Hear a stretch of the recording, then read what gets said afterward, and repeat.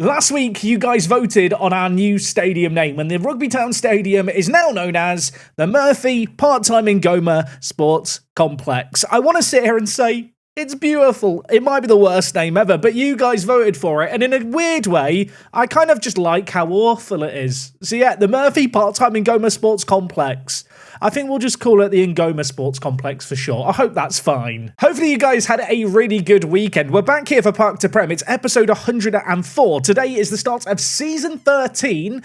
Arsenal and the Community Shield await, but really, that's not the headline, is it, today? Because we've got stuff going on. We did some transfers last episode. There's still transfers going on this episode. I need to decide if I do actually want to sign Alamir for over £100 million. And if I am going to sign this guy, this bloke, David Sinkule, needs to piss off. We've had an offer of £70 million from Valencia, but he has told me he wasn't that keen on talking to Valencia. I'm going to hope they can cough up the money. If we could get £70 million to this guy, not only would it fund a move for Alamir, it allows us to do a whole lot more in the market too. Of course, we've got a few debutants who are going to be starting their first ever games in Rugby Town colour. Diop, new record transfer up top, and in goal, perhaps the one I'm more excited about, Dennis is going to come in because Haddad is injured. The former Real Madrid goalkeeper, I'm hoping he's going to do the business. Of course, his debut comes against an Arsenal team who signed potentially my first choice goalkeeper. Certainly the goalkeeper I thought I was going to sign, Bruno Balbuena.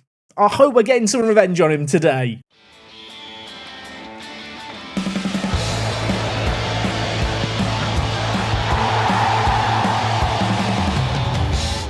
Hopefully you guys are doing absolutely amazing and had a lovely weekend. We're back here with Park to Prem, and I will say, because I know it's going to be divisive, if you don't like the new stadium name, blame it on the fact that this is a democracy. I gave the people the ability to vote.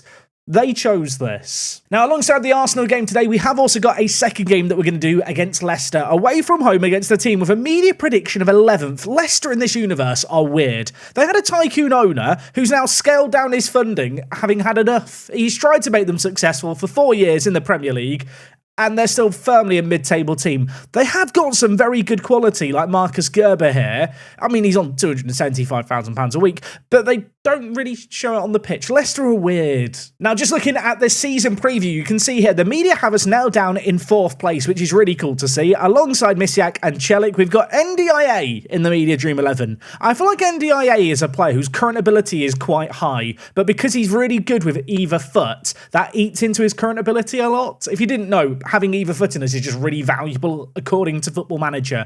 I feel like in certain areas of the pitch it is. I actually feel like for a centre-back or full-back, it's not as important. But either way, NDIA, he's on the bench. The media like him, I'm less keen on him. And of course, heading into this year, we have got some tactical tweaks that we're going to be deploying. I'm curious to see how they perform today against Arsenal. I have and ahed about how I want to set up to start the year. Do I want to start like this, or do I want to drop Alex from the team and play Sam Fay up top? I feel like this is what my heart wants me to do. My head, though, is going to take the reins here. I feel like I have to set up like this, and whilst it might be seen as a criminal offence to have Sam Fay on the bench, he is going to be an amazing player to bring on in the final third. I'm actually pretty happy with the state of the first team at the moment. We've currently got 25 players in our team, and we're looking really, really well balanced. Of course, in goal, we still have Haddad. Dennis, though, is going to be making his debut today due to Haddad having a little bit of an injury.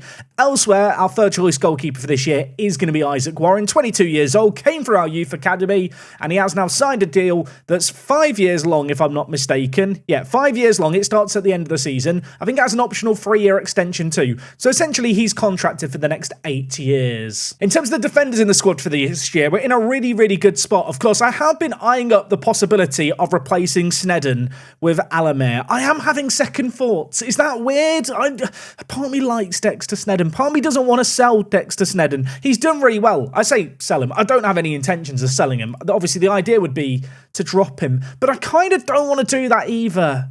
Is Alamir for 100 million silly? I've had the whole weekend to think about this and I've not thought about it. Of course, in terms of our starting back four for this year, Huari and Sneddon, alongside Lee Min, pretty normal. Alex, though, the new young right back, came into the team last year and had a really good impact. I am backing him to step up again this year. Worth reiterating, he's only 19 years old. He has the world at his feet.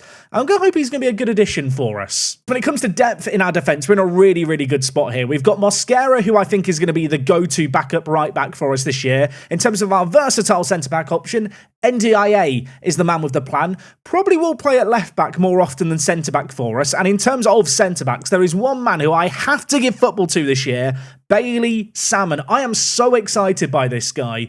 One of the reasons I'm having second thoughts about Alamir, I think, is because I know it will eat into the first-team football that Bailey can get. I feel like with this guy, I can have him on the bench, maybe bring him in games where we're running away with things. He's 18 years old. He's got 11 caps for Scotland. We signed him for £12 million, which I think looks like an absolute bargain. Yeah, I know he's a little bit slow, but besides that, there is so much to like about this guy. In terms of the other defenders in our team, the first we have is Carlos Osse, one of a number of younger players that we brought in this year who are going to be very much on the periphery of the squad. 18 years old, though, Ghanaian international, looks solid. And of course, last but not least, someone who was described as the El Neni of Rugby Town, João Victor. I feel like that's a very good description for him. Now, in terms of centre-mid options, Osse and João Victor that I just mentioned can also play at centre-mid, or defensive mid rather, which is going to help when it comes to just rotating things around. Of course, alongside them, in terms of depth players, Mark Anderson, the 20-year-old, is a man who I need to give game time to. I really tried to force him into the first team last year, and he was a bit hit and miss. He did start 20 league games of the 38 last year, and I do need to start him in matches to help him develop, but I didn't want to be too reliant on him. Of course, with us reconfiguring the midfield, there is a bit of a shuffle going on here. If I have one minor concern in the team right now, Ken is pretty much our only go-to defensive midfielder who can play defensive midfielder and really wrestle back the ball. I feel like if this guy gets injured, Osse or João Victor at the moment is probably the player who moves in. I don't necessarily love the idea of that. I suppose that is one tick in the column of why I could go for Alamir, because whilst I could sign him to play centre-back, he can also be a very good defensive mid option for us. It's going to be a very big season as well for Michael Bolton. The man has made a name for himself at right back. This year we are experimenting with the roles a little bit, and I am starting him as a roaming playmaker. I am fully aware he is lacking in some of the technicals for a roaming playmaker, but his physicals and his mentals, I think, more than cover that deficit. And I feel like within our team, he's going to do quite well. If it doesn't work out, we will just revert back to the two defensive mids that we've played in the past. As part of this change, Alex is going to play as a wing-back on support. However, I had for instructions got him kind of running wider with the ball, staying wider and dribbling more. I think he's going to have a little bit more space to operate in versus, say, Lee Min on the other side. We will be having a close eye on how this leaves the team kind of defensively. If Bolton is leaving a big gap behind him as he roams around, that is a problem that we will look to obviously address with some role changes. But to start the year, I feel like we need to spice up our life a little bit. I mean, last year, 2 years ago, we spiced up our life by changing the tactical system, and it cost us a title. Let's hope it doesn't happen again this year. And last but not least, we move into the final third, where I feel like we are absolutely blessed with talent. Of course, Celik is the main man, an absolutely insane talent. I feel like this is the area of the pitch where we just have so much quality. Misiak is going to play alongside him at centre attacking mid. Really good creative player. If Bolton struggles in that roaming playmaker role, it would be a bit of a no-brainer to try Misiak out there because he probably is a slightly better player. There were a few comments saying, Jack, why don't you play with a diamond formation this year, or, go to something a bit more conventional? I don't really want to touch the front four in this system. The front four has been so good. Last year we broke the record for Premier League goals in a season, so I don't really want to change something that ain't broke. I realise there's a bit of irony in that in terms of I am changing stuff behind the front four, but in terms of our attacking outlay from open play, we were great. Of course, Roger Rojas was a big part of that last year with his 20 goals, and alongside him now, we've got a big blockbuster striker, Diop here. New record transfer. Some people did point out, Jack, he's got mercenary personality. I appreciate. He might not be the most loyal for us, but he's 27 years old. We've got him on a 5-year deal, and he has a pretty good goal-scoring record for a Valencia team that have never been amazing in La Liga. Given the creativity he's going to have behind him, I'm expecting this guy to edge maybe towards 30 goals in the league this year. If he now gets less than 20, this is going to be awkward. Like I already mentioned, if any of the front four get injured, Sam Fay is the man who we will just stick in immediately. But don't think that he is the only depth option that we have. In terms of attacking midfielders, of course, we've got David Gilliland, similar to Fay, came through the youth academy, is Scottish. Need to give this guy some first-team football to help with his development. Alongside him, in terms of other attacking mid options, Dimitrov is probably the obvious option to go for. A bit like Ossé, a young player that we brought in at 18 years old with bags of potential. Good enough that I think he can function as a squad player for us, and I can give him the minutes required for him to develop. Kind of keen to see how he gets on. And then when it comes to strikers, we probably have... I was going to say we probably have too many strikers. I don't know if we do have too many strikers. If I was to get rid of one, it would be Karim Kanate, who leaves. The 31-year-old, you might remember, we accepted a bid of £37 million for. We signed him on a free transfer last year. He got 6 league goals in 25. He turns 32 during this year. His valuation is over 50 million, and I accepted 37 million. At the moment, there is limited interest in him. My experiment with getting him a move out before the year is done. And, well, the reason for that is that we've got some other good attacking options. Firstly, Areco here, very good young striking option, 22 years old, 3 caps for Argentina. Last year actually contributed a little bit more than Kanate when it came to league games, although we didn't call upon him too much. And last but not least, in terms of the striking options, Mateus. Can't play striker, is a left winger. He will be an advanced forward eventually, and when he becomes an advanced forward, he's going to be great. You can see here, I've been training him in this role. Yeah, let's hold some faith, let's remain patient. I hope he works out. I mean, at the end of the day, it was only £15 million, and his valuation is 69. Nice. Yeah, Mateus is a weird one. I want to see him do well. Now, I did already mention that Haddad is injured to start the year. Lee Min is also out injured, failed a fitness test. So actually, NDIA is going to start at left back for us to start the year. Elsewhere, Bailey Salmon, I guess, can now make the bench as part of that. In terms of the rest of the team for this first game of the year against Arsenal, it's in a very, very good spot. Like I said, there's a couple of areas of the pitch where there's different configurations I want to try. Maybe Misiak at roaming playmaker, maybe Fayen at centre attacking mid. But ultimately, to start the year, we're in a position where I know that we've got a set of good players, and I expect to see us hit the ground running early. What would be a great way to start this year would be to beat Arsenal. Of course, this is the Community Shield. We won the FA Cup last year. We very nearly did the double, but Arsenal beat us by a point. I want revenge in this game now. Okay, new season, hopefully a new look Rugby Town when it comes to just seeing things out and not bottling it. I say bottle it. Look, we finished second in the Premier League twice in a row. Some people are going to call it a bottle, irrespective of the, the wider context. I don't necessarily agree with that, but I do feel like I'm sick of being the bridesmaid. We've brought in Diop. Like I said, I think he could be a 30-goal-a-season striker. If he is that, we should win the Premier League. They are playing with a lot of defensive players here. Are we going to have to try and break down this Arsenal team? This should be a bit of a test for Bolton. Also, not to get carried away too much, revolutionary kind of technology here at Work the Space. I managed to get the tactics screen on the right-hand side. So when we do episodes and stuff, yeah, my face isn't going to block it anymore. Thumbs up, we have the technology. Anyway, as I say all of that, we're on the attack early on here. NDIA bringing it forward. It's dispossessed, and now it's Cho with the ball for Arsenal. It's worth noting Bolton will drop back as that roaming playmaker. The reason for going for the roaming playmaker, by the way, is it is a role that in the early build-up play out from the back will show himself short and still get back on occasion, which is what I need from the role. Something like a deep line playmaker can be a bit too static. It's what we've used in previous years, and we could go back to it. But I don't know, I like the movement of a roaming playmaker. NDIA has given away a penalty immediately. This is a big moment, isn't it, for Ifoni on his debut? Is he a phony or is he the real deal? The goalkeeper steps up. Oh my word, he's actually made a save. I can't... Do we just drop Haddad? Is it premature to drop Haddad 2.5 minutes into the season when he's not actually played? I can't believe it. It's absolutely massive, and we've managed to get rid of the second ball as well. Well, that's a start to his career in, well, Rugby Town Killers, isn't it? NDIA winning the ball in a really good area there. Players streaming on forward. Diop through on his debut, hits the woodwork. It falls to Rojas. Balbuena was never going to get there. It is 1-0. That goal came from absolutely nowhere. NDIA stealing away the ball here, streaming on forward. I thought for a second it might be offside, but actually Rojas held his run well, was alert to the rebound, gives us the lead after 25 minutes. Arsenal free kick. Oh my word, that was a very quick set piece. Did anyone else get caught out by that? The players got caught out by it. I got caught out by it too. Saka played it inside. Quick free kick to Saliba.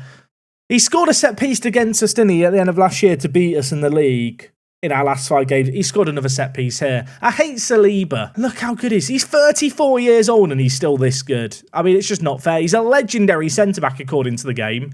Look how few goals he scores. He scored 2 goals in the last 2 games we've played against them, Arsenal. I'm fuming. Okay, 5 minutes left of the half. Not exactly been a classic. 4 shots on target between the 2 teams. 2 goals to speak of. Of course, one of those shots on target was the penalty that was stopped.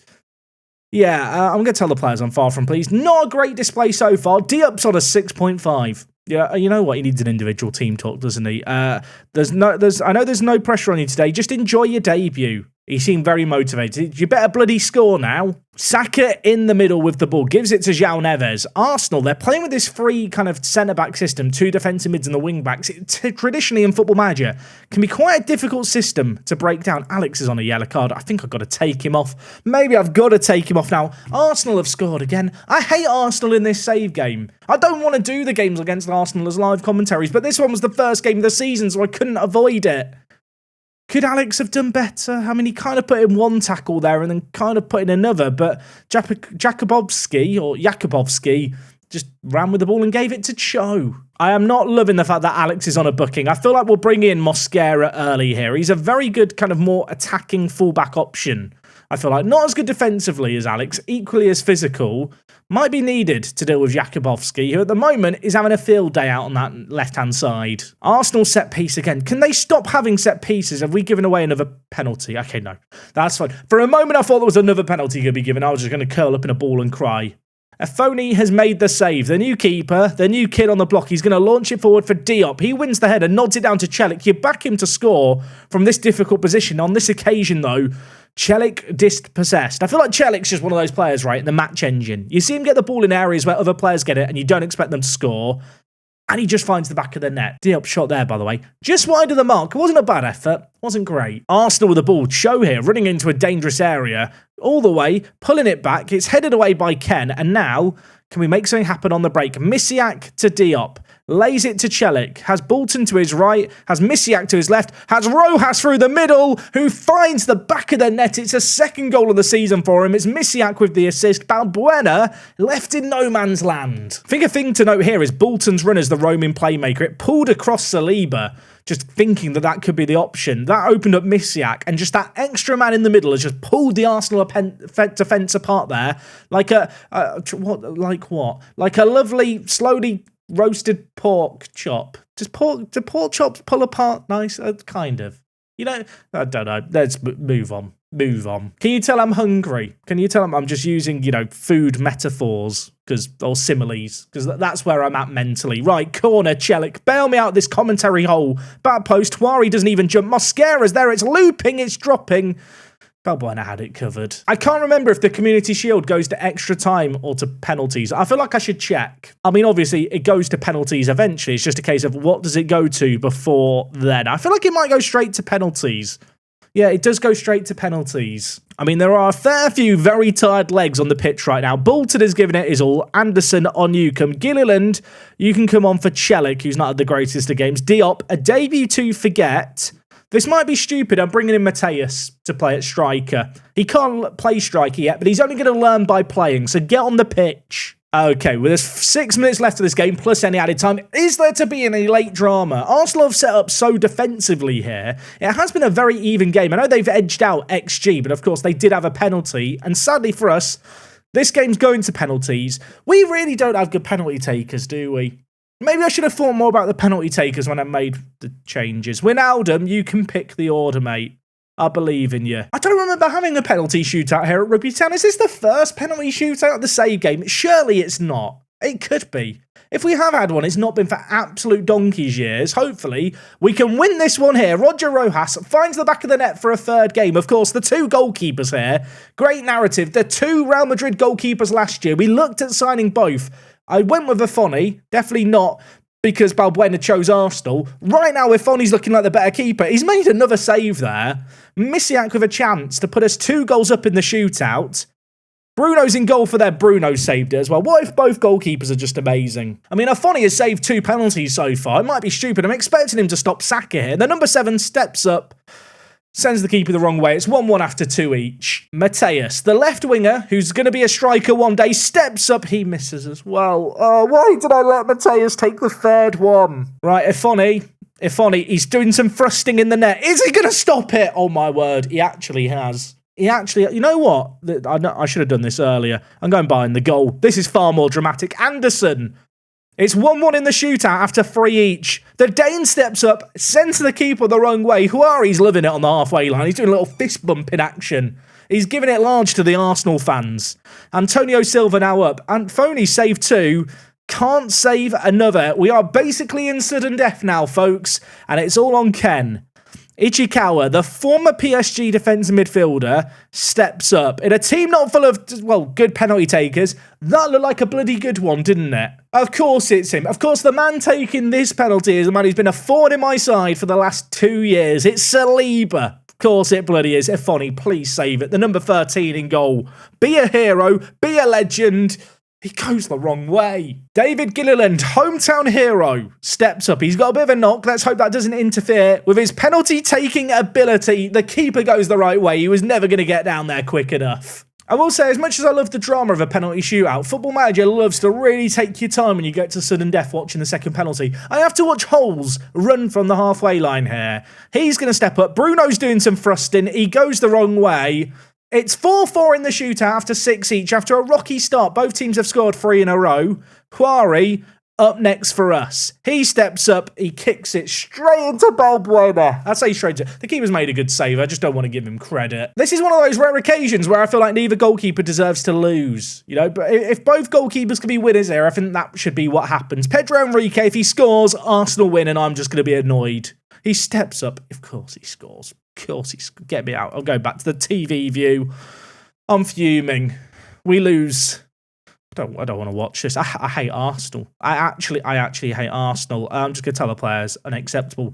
Some people might say, Jack, it's only the Community Shield. I don't give a Scooby-Doo. I want to win every game, especially against this Arsenal team. We lose in the shootout. I just feel sad. Why? Why did he miss? I'm fine. I mean, Dennis had a great debut, didn't he? Dennis looked bloody good in that game. 7.8 rating, despite conceding 2. Give him some respect. And Rojas picked up man of the match, mate. You did okay. Don't take it to heart. You were good. Ignore all the haters. Right, our league season starts in a week's time. Of course, we've got some wheeling and dealing stuff going on. I need to find out if David's going to leave. So I'm going to hit continue and come back if anything happens. Hopefully David's leaving. If he's not leaving, I'm going to be very angry in a second. I mean, good news, potentially. Alamir granted a work permit. Not that that was a worry. The kind of dilemma here is... Well, I have to delay it firstly. Still waiting on David. The dilemma is, do I actually want to spend £103 million on him? I mean, he would be an upgrade. I just don't know if it represents value for money. But then again, do I need to worry about value for money given the state of our finances right now? I don't know. I might cancel it. Would that be controversial? How well did Sneddon play last game? That's the logic I'm now going with. He got a 7.2. Oh, I don't know. Like Sneddon last year got a 7.18 rating in the league. That's really good. Huari did way worse. And when you compare the two, Sneddon is definitely second best. I mean, if I compare Huari with Alamir here, I mean, Huari's just better. How much? I spent 28 million on Huari last year. When you see Huari and Alamir next to each other, Alamir for 4 times more just feels like awful business, doesn't it? I think I might cancel it. But first, let's find out what David's doing. You know, I can and ah about this whole dilemma. If David doesn't leave, I can't sign Alamir anyway, even if I want to. Also, how long has he been talking to Valencia for? Oh my, Huari's out for 4 to 5 weeks. You couldn't make it up. You could. Now I want to sign Alamir. I mean, that injury there probably brings NDIA into the team, Lehman in at left back, and then makes Bailey Salmon the next in line in terms of centre-backs. How does Alamir compare with Bailey Salmon? I mean, considering the bloke in green here is 18 years old, would it be stupid to bring in Alamir? I really don't know. Like I've already said, all of this is completely irrelevant if David doesn't piss off. So, David, can you make up your mind, please? We're already at the game. Why is he not going? Please go. Please go to Valencia. I'm begging you. I mean, I'm now at the Leicester game and he's still not made up his mind. I guess we do the Leicester game, then mash continue, and then find out if he's leaving or not. So unfortunately, like I've already mentioned, we are without Huari now for the next few weeks. That's going to be problematic. Lehman has passed a fitness test, but could only play 45 minutes. With that in mind, I think I'm going to play NDIA, why is that such a mouthful, at left back, and move Bailey Salmon into centre back to make his debut. I'm throwing him in at the deep end. If he performs well here, that'll make up my decision about Alamir. If he has an awful game, then Alamir can come. That's what I've decided. I'm just looking through the rest of the team here. I don't think we need to overcomplicate things and change things too much. We got 2 goals against Arsenal last game. They were the best team in the Premier League last year. I expect to see us score even more against Leicester. Also, I realised last game when I was talking about pork, I was thinking about pulled pork. You know, that's, quite a well-known thing. Just completely escaped my mind last game. Not sure why I've brought it back up. I think my mind's just gone. I'm too worried about David. Oh, I've just realised it's blue on blue. It's blue on pissing. Is it different enough blues? I think it's different enough blues. I might change my mind halfway through here. Hopefully the players can tell the difference between the kits. I think there is enough difference here, right? Can we agree? I think we can agree. Hopefully the players can see it. That's the main thing. Diop. I would love to see Diop get off the mark early this year. I feel like there's nothing worse than when you sign a striker for, £100 million, and then that price tag just looms over their head. Oh my word. Rojas has been gifted it. He goes round the keeper. He grabs his 3rd of the year. I've spent £97 million on a striker. The bloke who's been here since the Championship's the one getting all our goals. You know how I said hopefully the players can see the difference in the killers? Maybe Leicester are struggling. The pass back to the goalkeeper there was awful. Rojas' finish, very good at the end of it, mind you. Right, NDIA corner, whipping it to the back post. Bolton is there. Reyes makes a really good stop. I mean, the early signs looking rather promising here. I am keeping a kind of close eye on the average positions here just to kind of monitor how Bolton shapes up. You can see as the number 2, he is playing that little higher up the pitch. And our right wing back, who is instructed to play that little bit wider, is maybe just stretching things slightly more. Maybe I'm looking for that, actually. It's about the same, isn't it? Okay, Leicester with a throw-in in this corner. It's going to be with Becquerel. I've definitely said that name correctly. It's headed away, but only as far as Basson. Edge of the box. Basson can't get it in. It's cleared away once. Can we continue to shepherd away the danger here? Backstein dinking it in towards Nieira. NDIA makes a good save. It's floated back in though. Snedden gets it away on this occasion. Bolton's not there. Nieira for a 3rd time can't do it. Bailey Salmon doing a great job in the middle, the youngster, but still the ball being floated in again. What is this approach by Leicester? They're just floating crosses in again and again. We're weathering a storm, and yet our umbrella has blown away. The storm has got too much. It's 1-1. I don't know what a Leicester storm looks like, but we were trying to weather it. I get, people say raining cats and dogs. Maybe it's raining foxes. Backstein, Basin, slots away. Would Haddad have saved it? There's going to be people who say he would have done. I feel like I'm very much in an Arteta situation in real life, where I've got 2 very good goalkeepers and I have to decide between the 2 who's the one I'm going to stick with. I've not made up my mind yet. I feel like after Dennis's debut, it's his to lose, but it's 1-1 at the break. This is awful. I don't want it to look like I'm bullying him. I'm talking to Diop again. Look, mate, you've not been good enough together yet. Get it together. I was nice to him last game. Now I'm bullying him. Okay, second half, kickoff highlight. Chelik to Ken. To Salmon. Bailey Salmon. I feel like I want to give Bailey Salmon as much football as possible. Is he having a good game today? He's on a 6.8, to be fair. Like I said, if he plays well in this game, maybe that'll convince me not to sign Alamir. NDIA has plucked the ball away. Options in front. And that is the option he chooses. I can't work out if I love or hate NDIA. I think I hate him. Right, they've got the ball on the far side. This is how I think they scored their goal. It started with a throw-in. I'm getting a sense of deja vu here. Leicester committing players forward. Gerber turns with possession, lays it inside, but Alex reads it well. There's options in front of him, the right wing back. Also options inside, or he could just go on his own, the number 21. He floats it in. Diop.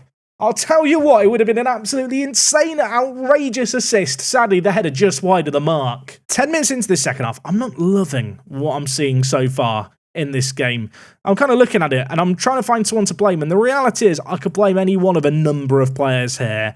I'm going to move Anderson to play as a deep line playmaker on defend and bring him in. I am also just going to ask the players to slow down the play, I think, that little bit more and play it that little bit shorter. Let's hold on to the ball. Let's try and value possession a little bit.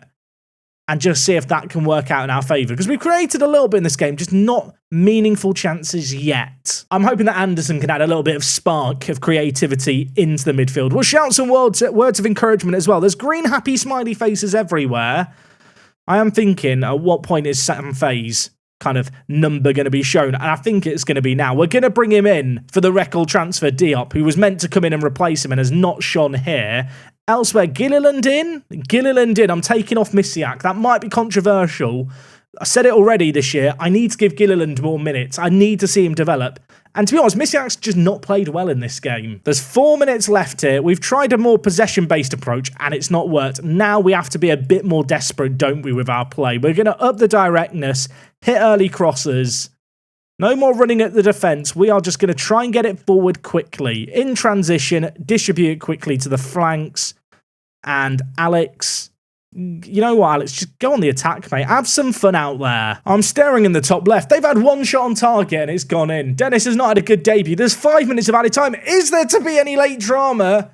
No. And if you wanted to say, you know, Jack, what's the most disastrous way to start the year? I probably would have said with a performance like this. 1-1 against Leicester.